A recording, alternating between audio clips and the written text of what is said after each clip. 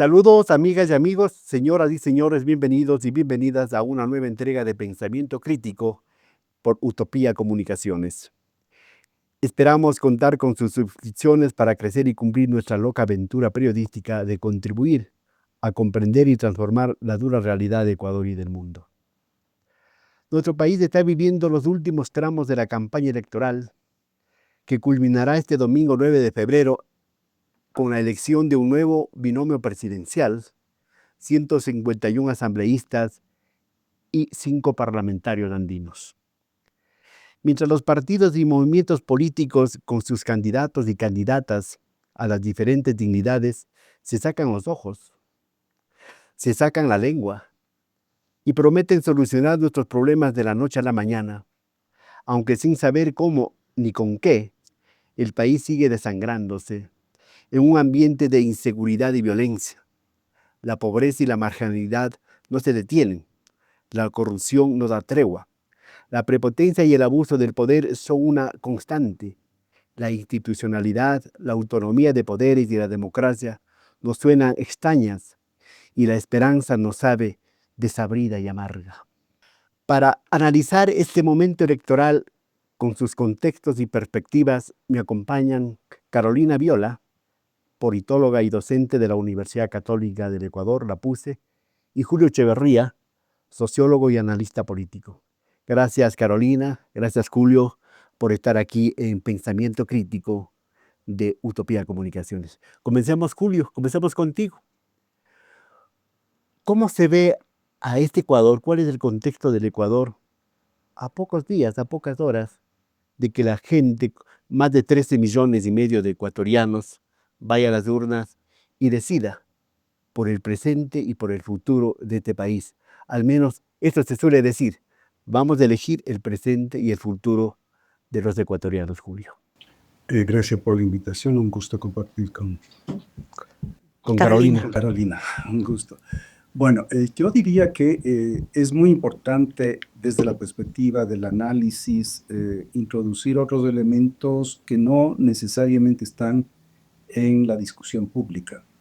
Creo que en general la politología se ha ido debilitando en su capacidad de análisis y se ha confundido un poco con la sociología política, por un lado, se ha confundido también con la comunicación política.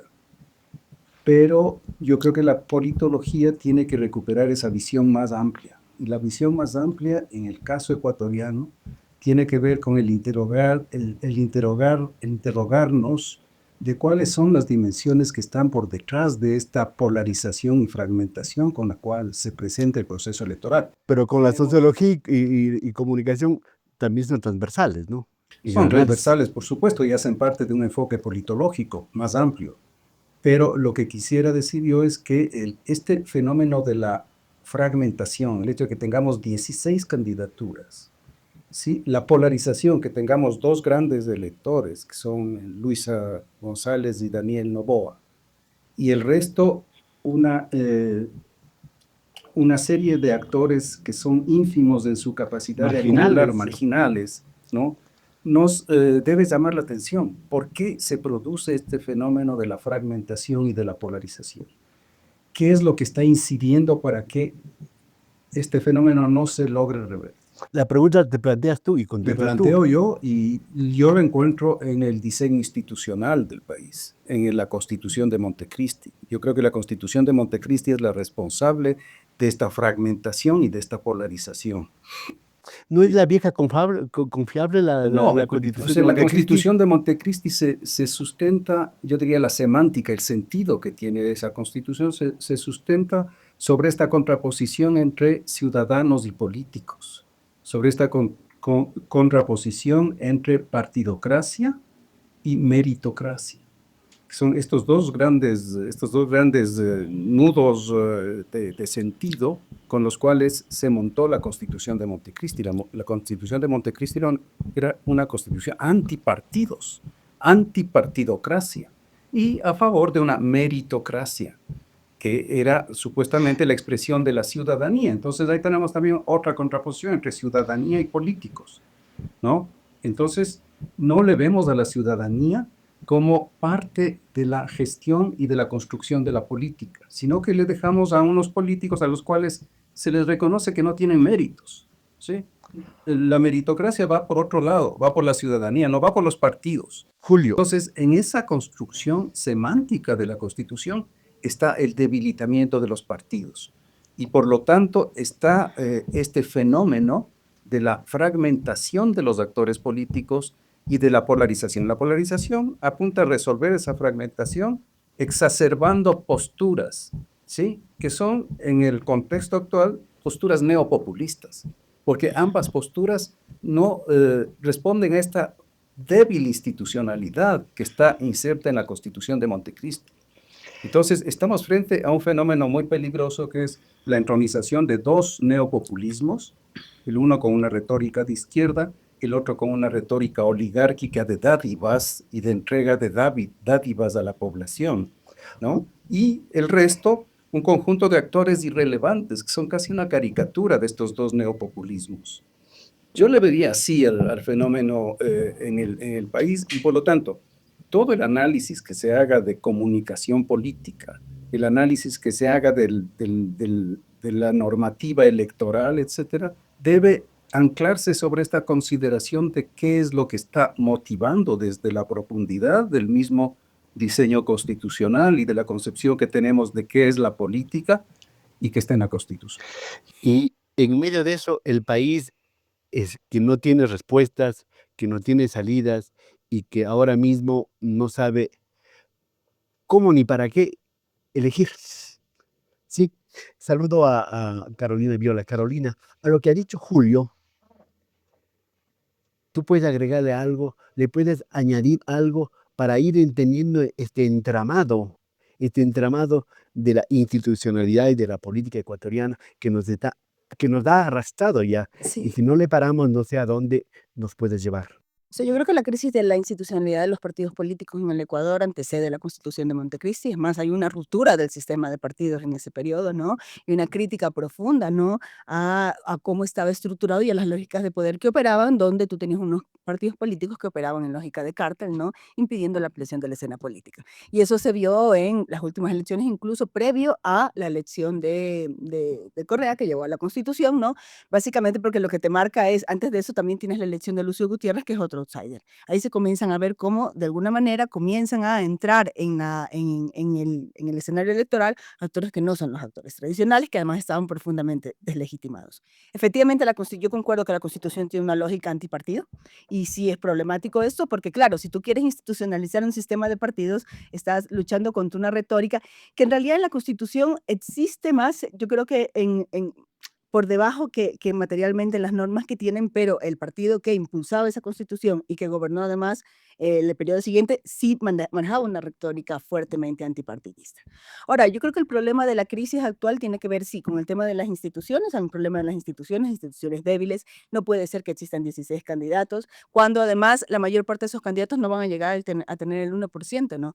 Yo me río con mis estudiantes y les digo aquí, no sacan los votos ni del condominio, ¿no? Porque es así. Y entonces es terrible que tengamos, porque además dispersa totalmente la posibilidad de pensar cómo te puedes analizar 16 programas electorales, cuando además los programas electorales en este país se hacen con consultores que copian y pegan, ¿no? En función de los indicadores del Consejo Nacional Electoral y nadie controla, ¿no? Si nosotros hiciéramos una auditoría en los planes de gobierno de los últimos gobernantes, todos son sujetos a destitución, porque la Constitución dice que si no cumples el plan de gobierno eres sujeto a destitución. Entonces, si tú efectivamente lo hicieras, ¿no?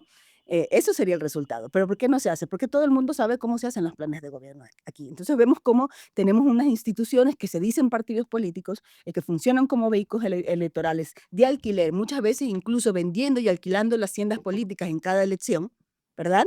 Que se convierte en un negociado infame y un atentado contra la democracia en el Ecuador. En ese contexto, ¿cómo esperamos que los electores se sientan motivados por esos candidatos? Y eso se suma también una situación de desinstitucionalización en el país pampante, donde el CNE no hace lo que tiene que hacer, donde existe una simetría evidente entre los recursos que manejan los candidatos, lo que yo creo que en parte explica la lógica de la polarización, porque si solo los ves a los dos, No, obviamente, tu imaginario se decanta en uno de los dos. Y eso es, la simetría en el manejo de los recursos es bestial. Y no hay posibilidad de control. El CNE dice que no puede controlar lo que hacen en redes sociales porque nadie se adjudica, ¿no?, la propiedad de los anuncios electorales. Y entonces lo único que se controla es lo que sale en la televisión, que es que será el 1%. Y eso es lo único que se ha repartido equitativamente. Pero usted prueba a ver un video de YouTube en este momento y dígame cuántos anuncios electorales le salen en el video de YouTube. E incluso se controla porque pauta el CNE, Claro. pero hay pautas por debajo. El asunto de las entrevistas, el asunto de las coberturas, en otro tipo de cosas por debajo que son los grandes negocios. Julio, tú decías y le echabas la culpa y te decía vieja confiable la Constitución de Montecristi del 2008. Según tú, ¿esto fue deliberado? ¿Y qué papel han jugado en ese entonces y están jugando ahora los otros poderes? Los poderes llaman los poderes fácticos, los grandes grupos económicos, los grandes medios de comunicación, no sé, la sociedad civil.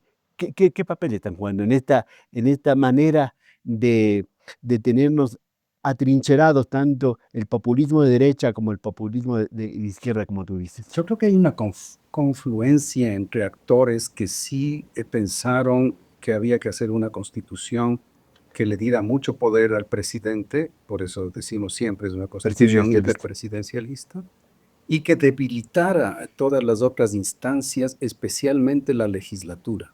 Porque el momento en el cual afectas a los partidos políticos, estás afectando a la legislatura. La representatividad. Porque es la representación, es donde los partidos se reúnen para construir la política pública. En el caso de la Constitución de Montecristi, la legislatura está debilitada, no construye política pública, justamente porque parte de la idea de que los políticos son casi delincuentes y no se les puede dar esa responsabilidad, ¿no? Coincido contigo en el hecho de que sí, antes de la Constitución de Montecristi ya había una decadencia de los partidos. Por eso se acuñó el término... Hubo una crisis desde la caída de Bucaram. Pues, se acuñó el término de partidocracia. Es un término que viene de la digamos, de la cultura política italiana. Es allí donde aparece el concepto de partidocracia. Esto es de élites separadas, de clientelismos políticos, de colusiones de la política con las mafias, etc. O sea, de una degradación de la representación política. Eso ya lo vivió el Ecuador. Pero la solución a la cual se llega con la Constitución de Montecristi es más grave que la enfermedad, porque debilita completamente a los partidos, los acusa de ser lo que no deberían ser, ¿no? Cuando la Constitución debería estar para fortalecer la capacidad de representación política de la sociedad y por lo tanto fortalecer a los partidos, la Constitución los debilita. Pero Julio, nunca hemos tenido unos partidos fuertes, unos partidos que han representado. Nunca hemos tenido. Por supuesto, o sea, yo digo que sí, existió una partidocracia y el nuevo diseño institucional constitucional debía caminar en el sentido de fortalecer a los partidos, de fortalecer a la representación y no de construir una institucionalidad paralela a los partidos. El Consejo de Participación Ciudadana es una instancia paralela a los partidos, es realmente donde se decide, ya no es la asamblea, es un consejo de 6, 7, 8, 9, no me acuerdo cuántos miembros hacen parte del Consejo de Participación Ciudadana. Son 5. Que son cooptados o son autopromovidos para representar a la ciudadanía.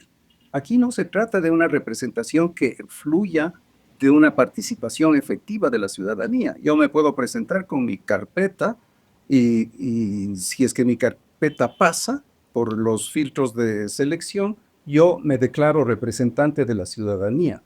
Pero ¿quién controla la responsabilidad con la cual yo actúo en un órgano tan importante, que es el órgano que define los otros órganos de control de la gestión pública? Entonces, lo que hizo la Constitución de Montecristi es realmente funesto para la vida democrática del país.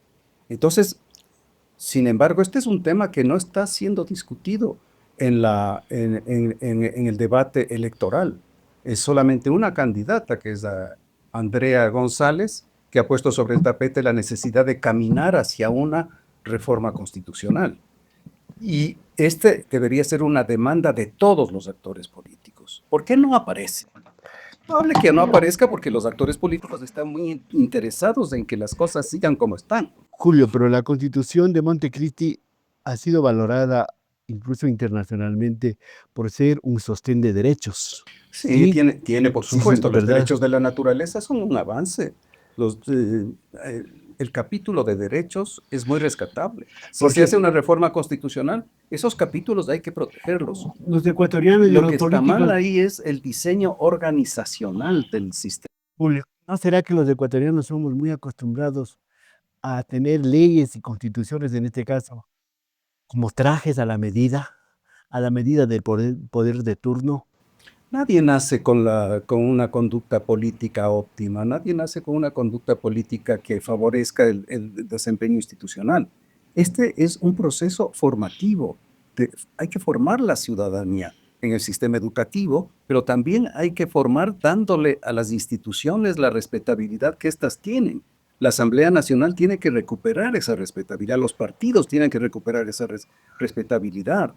Y tenemos que eliminar esta ficción de democracia ciudadana que es el Consejo de Participación Ciudadana, por donde se canalizan intereses quién sabe de qué naturaleza y que además no ha funcionado absolutamente. Es un consejo que permanentemente está haciendo agua institucionalmente. Gracias, Julio.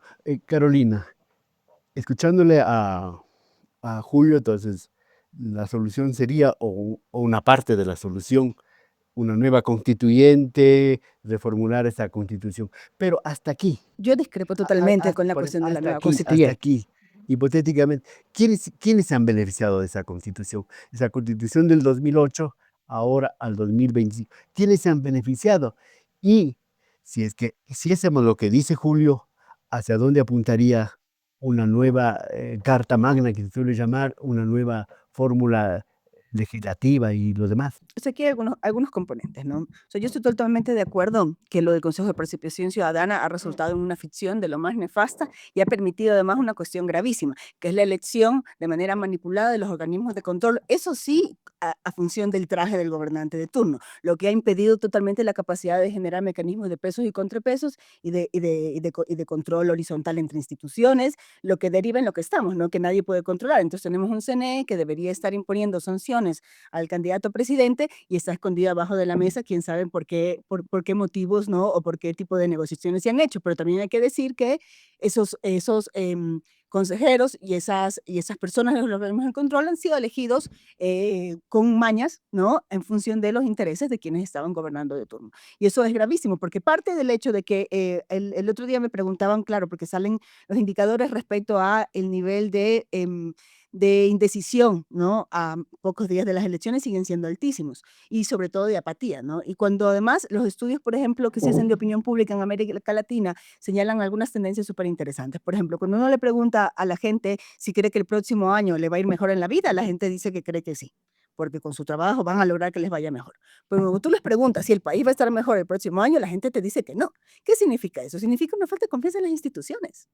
O sea, esa confianza interpersonal, esa confianza en las instituciones, que es la base de la democracia, no existe. La gente está Es pensando como en la ver, justicia por propia mano, la ¿no? gente está viendo como rema solita, sin ninguna confianza y sin ninguna esperanza, ¿no? Que la institucionalidad haga algo por ella. Eso es gravísimo, porque tú nunca vas a defender la democracia si la democracia no hace nada por ti. Es cuestión de elección racional, práctico, ¿no? Eso es un tema. Por ahí, por otro lado, el tema de la constituyente, yo soy súper crítica con estas posturas y porque creo que la Constitución de Montecristi nace en un momento muy, un momento histórico muy particular, que tenía que ver con el quiebre de lo viejo, ¿no? Y de alguna manera el planteamiento de una serie de cuestiones nuevas, de nuevos derechos, de nuevos principios, de nuevos valores, ¿no? Que de alguna manera se ven plasmados en esa Constitución, una Constitución con una amplísima participación ciudadana en su construcción.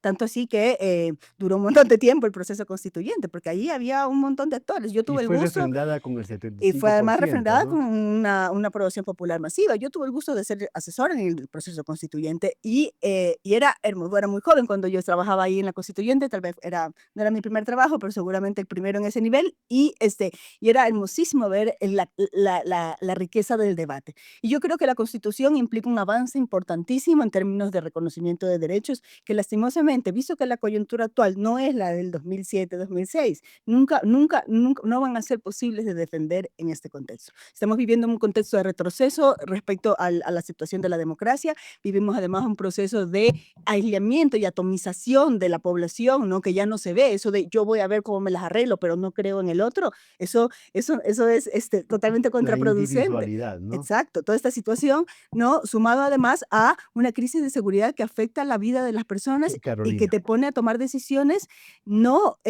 contra la pared, ¿no? Entonces yo creo que en ese contexto el resultado de una constituyente en este momento podría ser súper regresivo en términos de derechos. Y yo creo que muchos de los arreglos institucionales se pueden hacer y algunas de las cuestiones institucionales que están en la Constitución, y esto es una cosa porque justamente últimamente hemos estado con unos trabajos de investigación de esas cosas en la universidad, nosotros hemos detectado que, por ejemplo, muchos de estos mecanismos, no el del Consejo, que el Consejo sí yo creo que es problemático, pero otro tipo de instituciones y de mecanismos que están en la Constitución son utilizados con éxito en España, en Francia, en Italia, en otros países. Carolina, la Constitución esta no está escrita en piedra, por supuesto.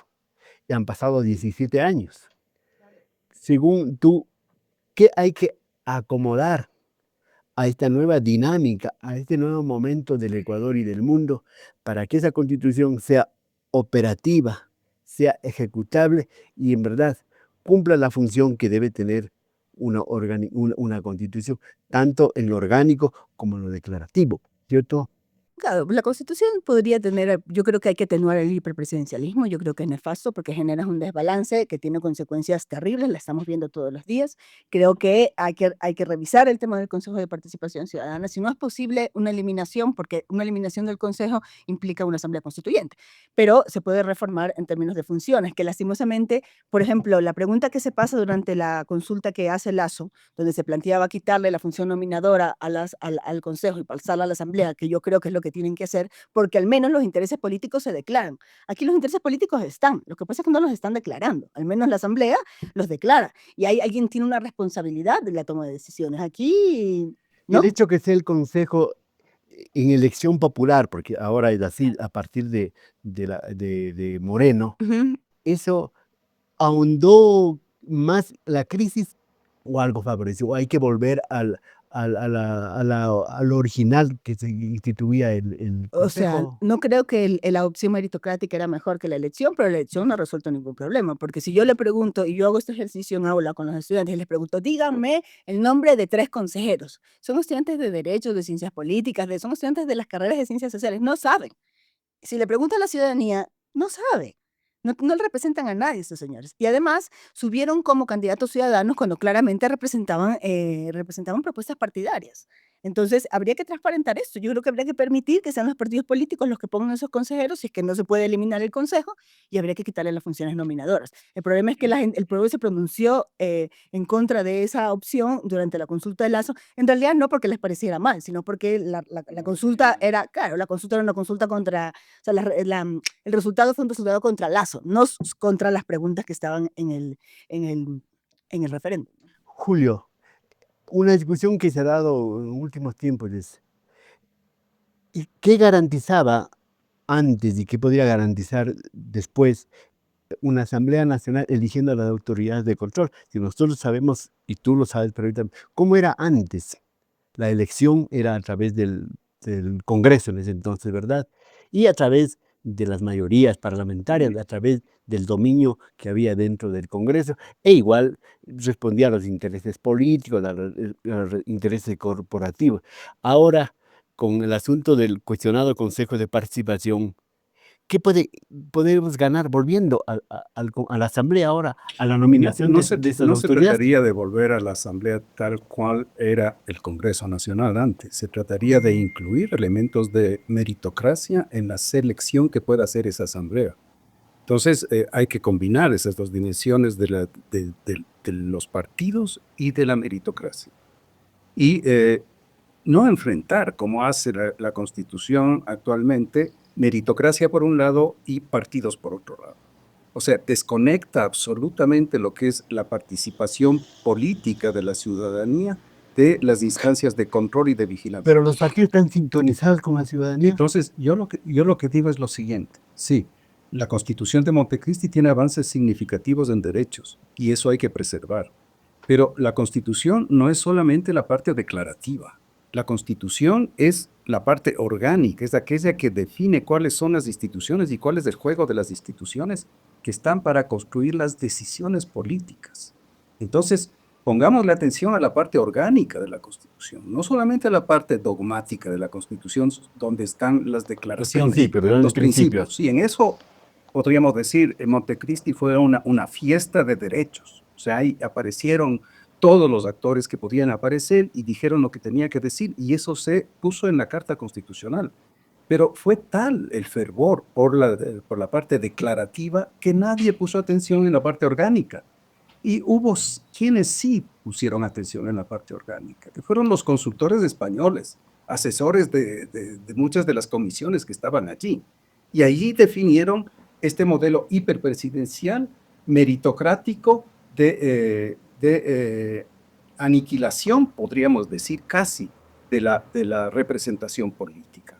Entonces tenemos que revisar totalmente esa parte orgánica de la Constitución. Coincido que no es el mejor momento, que se podría afectar incluso los avances en materia de dogmática constitucional que tiene la Constitución de 2008 en este contexto.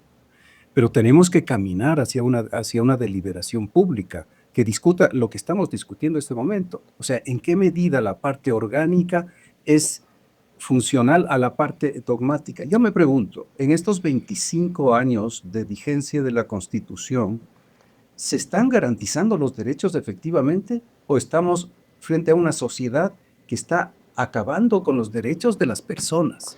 O sea, no tenemos este rato una vigencia plena de los derechos ciudadanos ni una garantía plena de esos derechos después de 25 años de haber sido aprobada esa 17. Constitución, o 27. 17. 17. ¿Eso qué quiere decir? Que la Constitución no está funcionando, que la Constitución está generando más problemas de los que tiene que resolver. Julio. Y está generando unas condiciones de desestructuración de la vida social, lo que pasa este rato con la presencia de actores transnacionales como el narcotráfico, lo que está pasando en los barrios de las grandes ciudades de este país, lo que está pasando con la migración, nos está diciendo que este es un país donde los derechos fundamentales no están siendo respetados. Y entonces yo me pregunto, si tenemos la Constitución más avanzada en derechos, ¿por qué ese es el resultado? Esa es la pregunta que también tenemos que ¿quién lo hacernos. cumple y si no lo cumple, por qué? Es un problema Correcto. solamente Entonces, de conducta. Pero tú crees que la actitud ¿O es un problema de instituciones? lo que estamos ahorita viviendo en el país, con un gobierno como del señor Noboa, que no cumple nada, al menos eso lo dicen los especialistas, los constitucionalistas, no cumple la Constitución, no pidió permiso para la campaña electoral, licencia, no reconoce a la vicepresidenta que él escogió, él no reconoce. Es culpa de la Constitución el comportamiento del señor Noboa. Eso demuestra justamente que la Pero Constitución no está son los funcionando. intereses del señor Noboa, los intereses O sea, de sus grupos económicos. Pueden que existir serán intereses o sea, con otra Constitución Noboa sería otro. O sea, existen de hecho intereses de distinta naturaleza, pero la Constitución es un sistema institucional que está para inmunizarle a la sociedad de la presencia de esos derechos en el proceso decisional. Entonces lo que estamos viendo este rato es que esa institucionalidad no está funcionando y está permitiendo, por lo tanto, que un régimen neopopulista, como es el de Noboa, sea el que seguramente se va a reeditar nuevamente en los próximos 4 años. ¿Sí? O sea, las instituciones no están funcionando como deberían funcionar para producir otro tipo de actores políticos. Pero y otro solo tipo por la programas Constitución de políticos. Montecristi o por el comportamiento de Noboa, su grupo y los intereses. Tenemos comportamientos de múltiples actores, tenemos el narcotráfico que está por todo lado, etcétera. Entonces no podemos echar la culpa a este rato a Noboa o echar la culpa a los narcotraficantes que están... tenemos que echar la culpa al no funcionamiento del sistema democrático que impida justamente la entronización de este tipo de actores y de este modelo de gestión de lo público. de este modelo de gestión de la política. Esa es la insistencia por la necesidad de ir hacia una reforma de la Constitución. El camino que nos conduzca a esa reforma, eso hay que discutirlo. Muy bien. Carolina, ¿algún comentario a lo de Julio? Y luego, más allá, en ese contexto estamos a pocas horas de las elecciones. ¿Qué va a pasar con todo este panorama, con todo este contexto que nos ha hablado Julio? ¿Y qué va a pasar? ¿Qué opciones tiene este país para volver a la institución, para volver al orden, si es que cabe el término, y para superar un montón de problemas, como hablaba Julio, la migración, el narcotráfico, el desempleo, la falta de inversión social y todo? ¿Algún comentario sobre lo de Julio y luego lo otro? O sea, yo creo que si bien siempre se pueden hacer reformas a la institucionalidad y tienen que hacerse, las instituciones tienen que responder a las necesidades de las personas, ¿no? No están más allá de las personas, están ahí para dar certezas, ¿no? Las instituciones son mecanismos de certezas a la agencia de los actores y entonces están ahí para dar certezas. Si no pueden dar certezas, hay que reformarlas. Ahora, hay un problema también y es que si nosotros analizamos solo las instituciones, muchos de esos regímenes institucionales funcionan perfectamente en otros países. Y entonces, si funcionan perfectamente en otros países, ¿por qué aquí sucede lo que sucede? Yo creo que sí hay un problema de conductas de los actores muy grave. Nosotros tenemos unas élites políticas que son nefastas, que tienen un respeto por la democracia y por las instituciones terribles. Y eso se replica también en nuestras élites económicas. Ningún tipo de compromiso con la democracia, ningún tipo de compromiso con el Ecuador, ningún tipo de compromiso con la población. Y eso se comprueba bien fácilmente. Nuestras élites económicas sacan la mayor parte de sus recursos a los paraísos fiscales. Nuestras élites políticas, cada vez que pueden pasar por encima de las instituciones, lo hacen, manipulando mecanismos que podrían ser probos, que funcionan con probidad en otros países y aquí no funcionan porque los manipulan. O sea, no hay un compromiso de país y consecuentemente no hay un proyecto de país. Y no hay un compromiso con la población tampoco, y no hay un compromiso de la población. La población, al no sentir estas instituciones, al no sentir que estas instituciones tienen vigencia en su vida, y es por eso la respuesta de, a mí me va a ir mejor porque yo voy a trabajar, pero el país se va a ir por el hueco, ¿no? Eso significa, eso demuestra claramente que no tengo confianza en las instituciones. Si yo no confío en las instituciones, ¿para qué las voy a defender? Ese es un problema también. Entonces es un problema que está en nuestras élites y también es un problema de cultura política de la población que tiene que ver con un acumulado de experiencias donde aquí las instituciones democráticas no hemos llegado nunca. Entonces, Carolina, eso traslademos a la coyuntura política electoral. Claro, actualmente además yo creo que hay que entender que también la crisis de la democracia no es una crisis en Ecuador. O sea, miremos al país referente de los estudios de democracia en el mundo, es Estados Unidos. ¿Y qué está pasando ahí? Que es que la constitución está mal. No, lo que pasa es que también hay unos actores que no tienen ningún compromiso con la democracia que están gobernando ahí. Y eso está generando una apatía generalizada. Y eso es lo que estamos viendo aquí. El hecho de que estemos, como yo decía anteriormente, a pocos días de las elecciones y la gente todavía sea indecisa, todavía no sienta, no se, y muchos de ellos no se sienten representados. Probablemente, y hay estudios de esto, ¿no? Si nosotros no tuviéramos el voto obligatorio, tuviéramos unos niveles de absenteísmo como los que tienen en Colombia, 50-60%. Eso significa que la población no ve que gana nada de ir al proceso electoral. ¿Por qué? Porque siempre hay permanentemente toda una cuestión de expectativas que no se cumplen, ¿no? ¿Por qué? Porque los gobernantes no cumplen lo que prometen, porque las instituciones no controlan, porque parece ser más de lo mismo y al final a todos les toca remar como pueden para adelante y eso es lo que está sucediendo. Por eso el barómetro dice que de pronto la gente no ve mal una dictadura. Bueno, la gente lo que quiere es que le solucionen sus problemas y si la dictadura lo va a solucionar, sí, en estos contextos así, la gente podría aceptar esto. Claro, eso hasta que lo viven, ¿no? Porque la dictadura implica muchas cosas, ¿no? Y además, las experiencias que han habido en América Latina, a pesar de que por una retórica y una narrativa que ha justificado un montón de cosas que han sucedido en esas dictaduras, ¿no? Pero si uno las analiza en detalle, esas dictaduras no tienen ningún logro económico. Nosotros, durante la dictadura, tuvimos un avance en construcción de infraestructuras, pero también tuvimos el endeudamiento más grande de la historia que nos llevó a la crisis de los 80. ¿Cuánta plata de la que se prestó este país no sirvió para las obras de infraestructura? Y eso que aquí no tuvimos una lógica de desapariciones masivas como en el caso de Chile o en el caso de Argentina. Ahí la deuda externa sirvió para pagar la gasolina de los aviones que iban a botar a los desaparecidos en el mar. O sea, entonces, claro, esa es la dictadura, ¿no? Pero ahora Pero tenemos una deuda de cerca de 90.000 millones de dólares y no se sabe en dónde está esa plata o para qué se endeudó el Ecuador. claro, la falta de transparencia de las instituciones, ¿no? Y ahí sí hay, son los mecanismos de controles y de contrapesos en este país impiden hacer cualquier tipo de control de la acción pública. Y es por eso que no hay posibilidad de la Asamblea para controlar el Ejecutivo, y el Ejecutivo se impone cada vez que lo considera sobre la Asamblea, que al final sería el órgano de representación política máxima, ¿no? Porque el presidente es uno, ¿no? La Asamblea se asigna con lógica proporcional, eso significa que están proporcionalmente representadas las diferentes sensibilidades que existen en este país. Pero si los partidos políticos no te presentan candidatos que representan a nadie, y entonces vamos viendo cómo tenemos un entronque, ¿no?, de problemas que terminan desembocando en esta situación.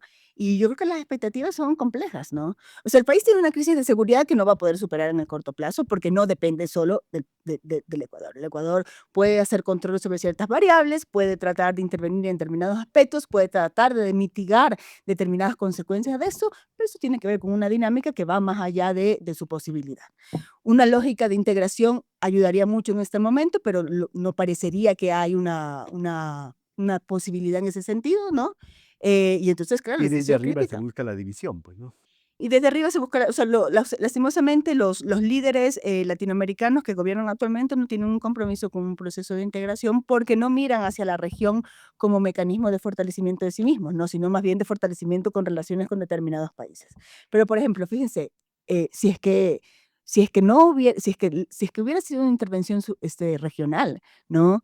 Se hubiera podido hacer alguna cosa con el hecho de que los migrantes estén llegando esposados de pies, de manos, que es una barbaridad, porque han hecho una violación administrativa. No son asesinos, no son violadores, no son, o sea, entonces, ¿y qué pasó con Petro? Petro tuvo que recular, y tuvo que recular justamente porque no hubo un apoyo regional. Si Brasil también hubiera dicho, a mis migrantes no los mandas así, Colombia también, y 5 países más de eso hubieran tenido que replantear, pero no hay forma. Julio, volviendo al contexto mismo que tú planteabas todo eso, ¿qué está en juego entonces este domingo 9 de febrero, donde se elige una asamblea, donde últimamente ha aprobado leyes y el Ejecutivo las ha vetado totalmente, ¿verdad? Donde al principio aprobó las leyes urgentes económicas del gobierno y ahí sí era una buena asamblea para el señor Noboa. ¿Qué se juega en la elección del domingo 9 de febrero?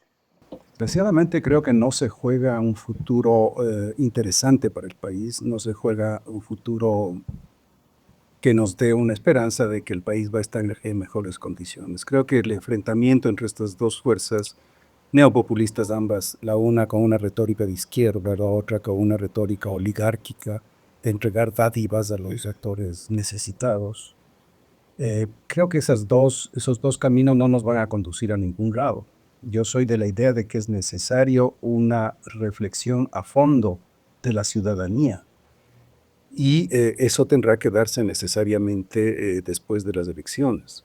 O sea, yo creo que la reflexión que hemos hecho ahora de la necesidad de replantearnos las reglas del juego de la política y del juego es fundamental. Si no nos movemos en esa dirección, vamos a seguir repitiendo este ciclo, además de alta inestabilidad, porque ninguno de los actores va a llegar con la legitimidad, con el respaldo, con el sustento suficiente como para entablar una línea estratégica de gobernabilidad eficaz, eficiente, sostenible, que es la que necesita el país de este momento. Entonces nos vemos en los dos lados frente a un horizonte bastante complicado. Y con una asamblea que va a estar atomizada, que no va a haber para lo que llaman la gobernabilidad, y entonces da lugar a las mayorías móviles, a los camisetazos, a esos acuerdos. Entonces, el destino de este país, que ahora mismo es como fue hace días con los apagones, oscuro, nublado, ¿qué va a pasar?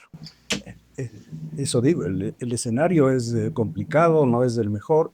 Creo que desde nuestro campo, el campo del análisis político, el campo de la academia, de la politología, es necesario replantearnos el problema, no solamente en términos del análisis de la comunicación política, que es importante para ver el análisis de las encuestas electorales, para ver cómo se están moviendo las fuerzas. Eso está bien, pero eso no es suficiente para discutir los reales problemas que tiene el país. Entonces, yo haría un llamado a la academia en este caso. ¿Cuál academia? A la academia que está discutiendo los problemas Está ausente en su mayoría. y que está virtualmente ausente. Yo creo que inicialmente yo decía, la politología se ha debilitado en su capacidad de comprensión de la problemática amplia que Porque tiene. los análisis que se hacen son como de Carolina, como tú y de otros invitados que he tenido, desde su punto de vista individualmente y no la academia como institución, como ente mandado a salir al frente, opinar y proponer, Julio. Es extremadamente urgente la reforma institucional del proceso electoral, del sistema electoral, por ejemplo. Es extremadamente importante este rato acabar con ese Consejo de Participación Ciudadana o reformarlo hasta donde sea posible. Es necesario fortalecer a los partidos políticos. Los partidos políticos no pueden seguir haciendo lo que hacen ahora. Son partidos de alquiler. Antes eran haciendas, ¿no? Con los caciques. Son empresas Ahora, políticas. O sea, para hacer un partido uno tiene que comprar firmas de afiliados. Sí. O sea, y eso lo sabe todo el país y lo sabe la y clase después política. vender el número para una lista. Exactamente, todos lo sabemos y sin embargo no lo decimos abiertamente. Eso no puede ser en una democracia, por ejemplo. Y como hay muchos otros elementos de un mal funcionamiento institucional que nos deben conducir necesariamente a plantearnos la reforma como uno de los grandes objetivos en el mediano plazo, en el corto plazo también. Carolina, ¿quién tiene al menos aproximadamente alguna idea para enfrentar lo que está pasando en este país? La gente que va a votar el domingo 9, ¿va a votar por algo nuevo o va a votar por una incógnita, por algo incierto, o va a jugar a la lotería? O sea, yo creo que no es tan incierto, ¿no? O sea, ya sabemos cómo gobierna la Revolución Ciudadana.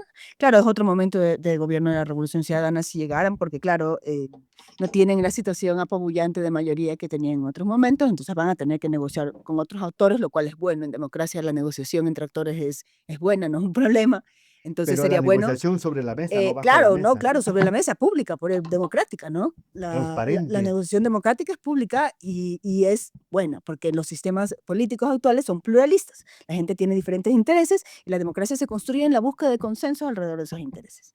Ahora, en el caso de Novoa también sabemos cómo gobierna, ¿no? Le hemos tenido un año y ya hemos visto cómo gobierna. Entonces, no hay incertidumbre, lo que hay es desesperanza. O sea, yo creo que la gente no siente que va a tener una solución después de las elecciones. Las elecciones es algo que tiene que pasar, pero yo no creo que hay una expectativa de que eso vaya a cambiar. Y yo sinceramente creo que las elecciones no cambian la vida de los pueblos, son los pueblos los que cambian su misma vida. ¿Cuánto de humo hay en la campaña? ¿Cuánto de humo? Mucho, ¿no? Si vamos, si uno se pone a analizar las ofertas electorales, es de miedo, ¿no? O sea, un tren bala que cruza desde Guayaquil a Quito, en serio, por la cordillera. Además, para que se justifique eso, tú tienes que tener un nivel de comercio que te justifique eso. Entonces, yo lo entiendo, el tren bala de Hong Kong, pero ¿qué vamos a llevar de Salinas a Quito? ¿A Túnez? O sea, no me... O sea, ¿no? O sea, A no los tiene sentido. narcotraficantes. O sea, a lo mejor será, no sé, porque es que no tiene sentido, porque el nivel de inversión que tú necesitas para hacer una infraestructura de esa, que sería maravilloso ir a Quito, de Quito a Guayaquil en una hora, nadie niega eso, pero no es posible, no es realizable con la situación económica del país y no sería ni siquiera eficiente en términos económicos porque no va a ser rentable. Y así muchísimas más. Voy a darle bala a todo el mundo, o sea, vamos, en el A Ánfora... crecer los cementerios. En el Ánfora, cualquier cosa. Sí, voy a construir cementerios y cárceles, lo cual El es, hocico, la papi, ni sé qué más, ¿no? o sea, las propuestas son tan bizarras, de verdad, que es normal que la gente no sienta que, o sea, por 3 o 4 candidatos que tienen un discurso mínimamente coherente, aunque con diferentes posturas que uno puede apoyar o negar, pero que al menos no dan vergüenza, la mayor parte da vergüenza. Y entonces tiene que ser súper horrible que nuestros representantes sean eso, porque entonces si esos son mis representantes, ¿qué soy yo? Es terrible, ¿no? Porque te lleva obviamente a negar todo. Yo creo que el pueblo no está esperando que las cosas cambien después de las elecciones y concuerdo con que el debate tiene que ir por otro lado. O sea, es necesario una movilización desde la ciudadanía, la academia tiene una responsabilidad en eso, pero, y eso también es un problema que viene ya desde hace algún tiempo, que no es solo atribuirle a Noboa, a Lazo, sino también desde antes, ¿no? Desde el correísmo, ¿no? Que ha habido un continuo revisión de los mecanismos con los que funciona la universidad, ¿Cooptados? no tanto cooptados, fueron silenciados, ¿no? Y entonces la universidad no se mete en el juego porque meterse en el juego significa perder recursos para becas, perder recursos para financiamiento, perder ser como aislado, ¿no? de la posibilidad de participación en determinados espacios donde participan las universidades. Entonces hay un auto aislamiento y una autoeducación casi, ¿no? Que es increíble porque en este momento, por ejemplo, lo ves sobre todo en las universidades que tradicionalmente han tenido un rol más crítico en el debate público, son las que están más asustadas, más bien las que están más arriba de élite se permiten un poquito más el debate, ¿no? Pero las que más han sido actores centrales de esos debates en otros momentos, hoy en día están A lo silenciadas. mejor tienen compromisos, ¿no? Tienen compromiso y tienen miedo. O sea, yo creo que ha sido una lógica de forma de operar que se ha ido instituyendo, donde la dependencia de todas maneras de cierto tipo de subvenciones del Estado para poder funcionar les obliga en una lógica donde no hay una institucionalidad que garantice que esas subvenciones no significa una lógica de clientela, ¿no? Se terminan transformando en una lógica de además yo te doy, pero tú te comportas. Entonces, esas son todas las reformas de institucional que hay que hacer, no son solo las grandes instituciones, ¿no? Tiene que ver también con muchos mecanismos nefastos que han ido generando de manera, tal vez no de manera directa, pero sí de forma indirecta, eso, una ausencia de debate ciudadano, un silenciamiento de las universidades, incluso también de actores que están en la política y que tienen miedo porque si no están en el juego, vienen excluidos, vienen judicializados, Entonces, la intervención es amplia y eso significa que requiere un debate amplio y ciudadano. Porque eso de los clientes, lo habitual es al mejor postor, pues, ¿no? Y ellos se brindan al mejor postor los clientes. Tú decías, Julio, neopopulismo de derecha y de izquierda. ¿Qué representa el uno y el otro? ¿Y a quién representa? Sí, yo he dicho neopopulismo, no digo con una retórica no quiero decir que Correa, por Tal. ejemplo, sea una expresión de la izquierda. El correísmo en realidad tiene una retórica de izquierda, pero no creo que sea una expresión de la Eso izquierda. lo relató. ¿No? Es una retórica, es un relato, es una construcción imaginaria, es lo que tú quieras. Y en el otro caso estamos frente a un neopopulismo oligárquico, o sea, y a una modalidad de gestión de lo público a través de dádivas. Y la política pública es vista como una operación de entrega de bienestar o de entrega de recursos a actores que se los ven necesitados, y punto. No creo que Noboa sea asimilable a las otras derechas latinoamericanas. No le veo como una copia de Bukele, tampoco como una copia de Milei. No, tiene una propia. Pero no quisieron, mejor mi idea no era condensar lo económico de Milei y lo represivo de Bukele. Esa era al menos O una sea, idea. son elementos, yo diría, son ingredientes que construyen las distintas líneas políticas del centro hacia la derecha, así como hay otras líneas de construcción de la política del centro hacia la izquierda, que tienen que ver con un mayor protagonismo del Estado, con una mayor centralización del Estado y una mayor regulación del mercado, etcétera. Pero no creo que ni siquiera esas líneas programáticas estén en discusión ahora. Están en discusión simplemente retóricas discursivas. Julio, vamos terminando. Mira, ¿y qué pasa? O sea, yo sé que Noboa y no es desde ahora el control de todos los poderes. El Ecuador ha sido ese pasto, ese terreno para que el que esté en el poder de turno controle todos los poderes. Pero ahora me parece un poco más descarado. No hacerle caso a nadie, al Consejo Electoral, a la Corte Constitucional, al Tribunal Electoral, todo eso, contencioso electoral. Nadie hace caso, no le hace caso el presidente, no le hace caso el gobierno. Los otros se lavan las manos.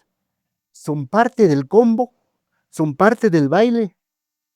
¿O son timoratos o tienen otros intereses? Es una descomposición institucional. Creo que nadie cree La justicia. nadie cree en ese Consejo de Participación Ciudadana. Por lo tanto, nadie cree en las nominaciones que es ese Consejo de Participación Ciudadana. El Consejo de la Judicatura, nadie cree en el Consejo de ¿Y la justicia? La justicia está penetrada por intereses que La no polici- son los la de policía. la justicia. Es probable porque la Las Fuerzas policía y las Armadas. Fuerzas Armadas están enfrentando en el terreno a las fuerzas de los poderes del narcotráfico, etcétera. Entonces es muy probable que hayan contaminaciones porque están en el terreno. La Y Fiscalía ahí es muy maneja tiempos importante que electorales funcionen y las políticos. instituciones justamente para Julio. impedir que esa contaminación se amplíe a toda la institución de la policía o Julio, ¿la Fiscalía juega a tiempos políticos electorales? Yo creo que la Fiscalía es la instancia institucional más destacada del país. Creo que es aquella que ha permitido descubrir el fenómeno de la narcopolítica, por ejemplo. Pero ¿y las velocidades que maneja? Las velocidades es probable que estén puestas por el mismo ciclo político, por la misma lógica política. Pero muchos dicen que es una operadora política. Es la señora probable, fiscal, por ¿no? ejemplo, que la última operación en la cual la Fiscalía detiene o trata de detener lo que se está haciendo en el Consejo de Participación Ciudadana coincida con una operación hecha desde ese Consejo de Participación Ciudadana por un actor político que es la línea azul. La línea azul se llama, Así se llama. y que es, todos sabemos que responde a un actor político. Pero justo Entonces, aparecen en elecciones, no es la primera vez que aparece es la que fiscalía en elecciones. es que pregúntate por qué en elecciones se produce también este copamiento del Consejo de Participación Ciudadana por un actor político que es el actor político al cual se le está observando permanentemente por su comportamiento Julio. en términos institucionales, Con en eso términos del termino. manejo de la Con eso institucionalidad. termino. Pero últimamente, no últimamente, hace rato, dice mucha gente que sabe de la política, que sabe del asunto jurídico, sabe de lo constitucional, que la fiscalía ya es desde hace rato un operador político. Es probable que se diga eso, o sea, a mí no me sorprende porque los actores políticos se mueven con retóricas políticas. Y este rato estamos, por ejemplo, ha aparecido ahora, he visto una cantidad de estudiosos de la opinión pública y estaba leyendo de algunas entidades que están haciendo estudios de opinión. Por ejemplo, hay un 3.0 que yo no había escuchado nunca, un Q Social New, un negocios y estadísticas. O sea, no sé si ustedes han oído, pero yo no he escuchado la existencia de estas empresas de sondeos de opinión que aparecen. Entonces yo creo que el juego de la retórica política es muy amplio, diversificado, etcétera. No tiene que sorprendernos que se acusen en una dirección o en otra. Y ese es el juego de la política. Gracias, Julio. Termino con Carolina. Carolina, en este contexto del Ecuador, teniendo un presidente que nació en los Estados Unidos, es amigo del señor Trump, dice, y estuvo ahí en la posesión del señor Trump. ¿Qué representa para el Ecuador el señor Trump? ¿Qué representa para el Ecuador unos 4 años más del señor Noboa? ¿Qué representa hipotéticamente unos 4 años del correísmo con la señora Luisa González? O sea, yo creo que independientemente de quién gobierna, la ciudadanía tiene que tomar en mano, o sea, tiene que avanzar en tomar en mano, ¿no?, las instituciones democráticas, el control social, porque los actores políticos no van a responder si es que no existe una presión ciudadana. Ahora, en relación a los dos escenarios, como, bueno, yo creo que el tema de Trump va a afectar, bueno, el Ecuador es un país pequeño, pero yo creo que hay una afectación general para la región, ¿no?, y para el mundo, ¿no?, porque yo creo que es un indicador de un deterioro muy peligroso de los Estados Unidos en su rol de potencia, en su rol de hegemonía y también como un actor relevante en la lógica de la defensa de la democracia en el mundo, ¿no? Clarísima, ¿no? O sea, es el país referente a la democracia que está eligiendo por primera vez un líder antidemocrático, ¿no? Entonces, eso es un indicador muy fuerte de que los años que vienen no van a ser años simples, van a ser años complejos porque las transiciones son complejas. Las transiciones son complejas y la historia demuestra que las transiciones son violentas. No ha existido ninguna transición que haya sido pacífica. Entonces, lo que vamos a ver es un incremento de la violencia a nivel global, un incremento de los conflictos a nivel global, ¿no? Un incremento de también de políticas donde va a quedar claramente una diferencia donde se van a perder las composturas, que es lo que estamos viendo. Siempre ha habido una política fuerte antimigratoria y siempre los migrantes han sido perseguidos, pero es que se pierden las composturas, se pierden unos límites, unos acuerdos mínimos de cómo tiene que funcionar la cosa para que funcione, Símbolo de ¿no? esclavistas, ¿no? O sea, se va a una lógica como si no hubieran instituciones, no hubieran leyes, no hubieran derechos, como si estuviéramos en un momento previo, ¿no? A todo un avance que a la humanidad le ha costado 2 guerras mundiales, ¿no? Y un montón de muertos en el proceso, ¿no? Entonces, es súper grave, pero yo creo que es un indicador de una cosa que está sucediendo en el mundo, de una crisis civilizatoria, de un cambio epocal, ¿no? Que es lo que estamos viendo y que eso es lo que estamos viendo. Y eso también lo vemos obviamente en su magnitud diferenciada aquí, ¿no? O sea, yo sinceramente, yo soy muy crítica respecto a la gestión de Noboa. Yo creo que para mí el escenario más grave sí es que este señor vuelva a gobernar. Yo sí lo creo porque yo estoy muy preocupada con esta falta de respeto por la democracia, por las instituciones y por un problema también, que es un problema de hecho, ¿no? Existe una concentración de poder económico y poder político que es sumamente peligrosa para la democracia, ¿no? En este país, el 1% de la población concentra el 14% de los ingresos El 20 me nacionales, dijeron ya. ¿no? No Y era es la 14, ya última, hasta el concentran año el pasado el 20%. 14, en el 1%. Fíjese, ¿no? Eso significa que hay un nivel de concentración de la riqueza enorme, ¿no? Y parte de esa concentración de la riqueza está en esos grupos. Una concentración de la riqueza y del poder político desproporcionada está llevando a esta situación, ¿no? A una serie de decisiones que no tienen ningún tipo de compostura, ¿no? Incluso yo creo que incluso más graves que las del correísmo, me parecen. Entonces, que también tenía Pero el ese problema. correísmo tiene una meta, entre otras, me imagino. Traer a Correa y sacarla a Que Glass. también es parte del problema. O sea, yo no sé cómo la agenda del Ecuador puede ser traer a un señor de Bélgica que no está aquí hace 13 años y que la mayor parte de la población, que es población joven, porque en este país ahorita todavía tenemos una gran cantidad de población joven, ni siquiera se acuerda de quién era, ¿no? Les parece un señor viejito que está hablando desde un ático. Entonces, eso por un lado. Y por otro lado, no puede, no, o sea, nosotros tenemos problemas económicos, problemas de seguridad, problemas de deudas, los migrantes que cruzan por esa frontera, que los explotan, que los violan, que los matan. O sea, ahora que los regresan esposados y nuestra preocupación es el señor Glass y el señor Correa, ¿en serio? Yo creo que eso es parte del problema del correísmo. Y si no abandonan esa trinchera, lastimosamente no van a volver a llegar al poder. Eso es lo que yo creo. Muchísimas gracias y creo que habrá que volver a reunirnos para hablar al día después de las elecciones.